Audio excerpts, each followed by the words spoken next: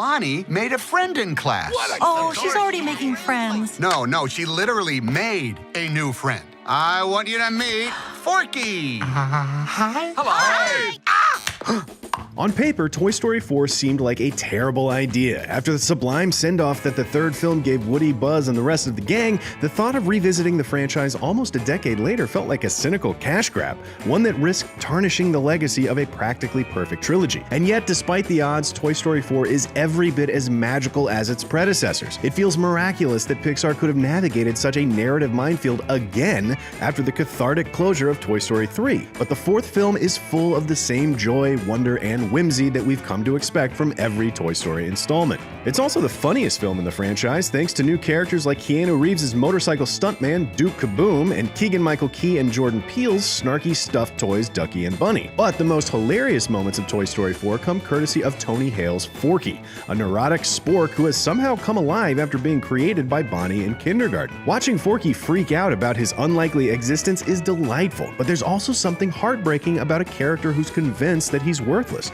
despite how much he's loved by others. Yes, there's also a fairly good chance Toy Story 4 will make you cry. We need to get back to our kid. Aw, Sheriff Woody, always coming to the rescue. While the last movie saw our heroes coming to terms with their own mortality, Toy Story 4 aims for something just as deep: self-actualization. After years of existing just for the enjoyment of their owners, we start to see what happens when our heroes begin considering their true purpose and trying to break out of the roles they've been given. If the first three films explored the pains of growing up and growing apart, Toy Story 4 tries to see things from a more adult point of view. Woody has always been a father figure for the other toys, and arguably to Andy too, and here he's a typical empty nester.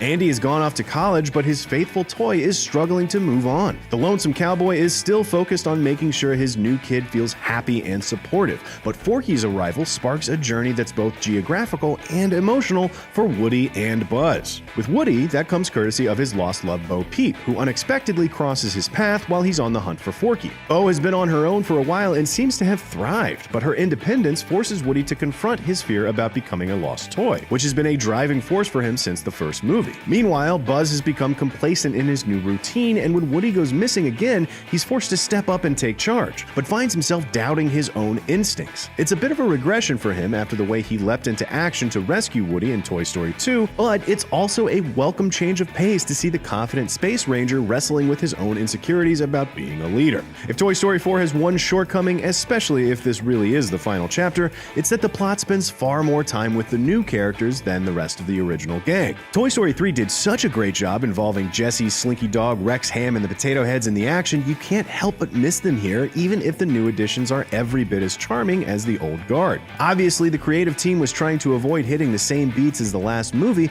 but it makes for a very different tone, one that focuses less on the family dynamic and more on Woody and Buzz's bond. Buzz, we gotta get Forky. Roger that. Still, it works, because the previous films have laid such a strong foundation for this makeshift family, which means that we can feel the love and loyalty that's driving our heroes to find their way back to each other. And by introducing toys who have lived outside the safety of a kid's room, we get to see new aspects of Woody and Buzz, which is pretty thrilling after spending 25 years with these characters. There's a subtle weariness in Tom Hanks' performance here that speaks to everything Woody has been through over the decades, a sign that this old gunslinger has seen and lost too much. Despite being the second longest entry in the franchise at 100 minutes, Toy Story 4 is a zippy and well-paced ride that never drags or stumbles even when it's throwing us curveballs. It may not have the same level of secrecy surrounding it that Avengers Endgame did, but this is still a movie that you should try to see before it gets spoiled for you, especially if you've come to love these characters as much as Andy did. The Toy Story series has always been just as satisfying for adults as for kids, but this might be the first film that actually feels more relatable to the grown-ups, offering a surprisingly nuanced tale of coping with change and moving on after loss. While Toy Story 3 felt like the perfect ending for these characters, Toy Story 4 offers an unexpected epilogue that's just as meaningful as the films that came before it.